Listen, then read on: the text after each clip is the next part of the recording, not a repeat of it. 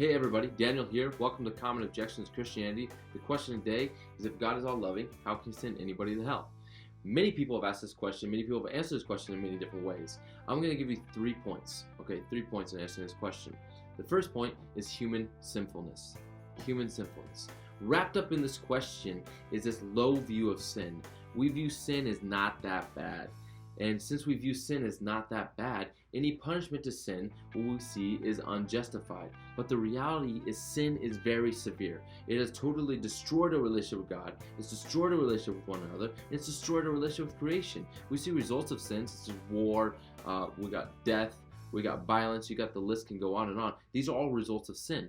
So in answering this question, you got to first understand the severity of sin. Sin is not a small issue, but it's really severe and it's destroyed our relationship with God. And so the second point is God's response to our sinfulness. God could have just been like, I'm done with you, but rather, Jesus comes to earth, suffers and dies on the cross, rises from the dead, offers us new life and forgiveness through him. And all that trust in him will be forgiven and given new life. We can't do it ourselves, we can't fix ourselves, but if we trust in Jesus, we be forgiven and given new life. Connected to this is the third point, that God has given us free will. So therefore, people have the option either to accept God's forgiveness or not. And when they reject God's forgiveness, they're rejecting a relationship with the eternal God. And rejecting a relationship with eternal God, they are now given the option, the only other option is eternity away from God, eternal separation from God, which then God allows and gives to them because they chose it. And so it's important to know this. It's important to connect and understand that humanity has sinned. Our sin is not a small thing. God has offered forgiveness for our sins. We can't fix it. It can only be forgiven through Jesus Christ. However, with our free will, many people have chosen to reject God and reject God's forgiveness. And when we reject God's forgiveness, many people want nothing to do with God. And God gives them what they want. What? Eternity away from him. And it's important to know that God is the source of all goodness. And when we reject the source of all goodness, we're rejecting all goodness.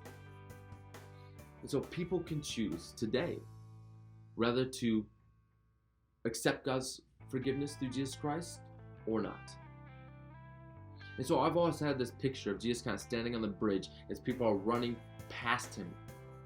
People are choosing to run past him to their own destruction. And so that's the beauty of the gospel, is this, that we have sinned. Jesus offers us forgiveness in life. And it's our choice whether to accept it or reject it.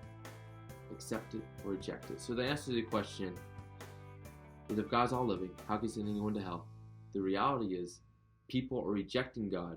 And in rejecting God, they're rejecting a relationship with God, a relationship with the eternal God, the source of all goodness. And when you do that, the only option is separation from him for eternity, the separation from God and the source of all goodness for eternity. And they choose to do that. So let me just end with this. Turn to Jesus today. He offers us forgiveness. It's our choice. Will we accept it or will we reject it? We'll hope to see you guys next week. You guys have a good day.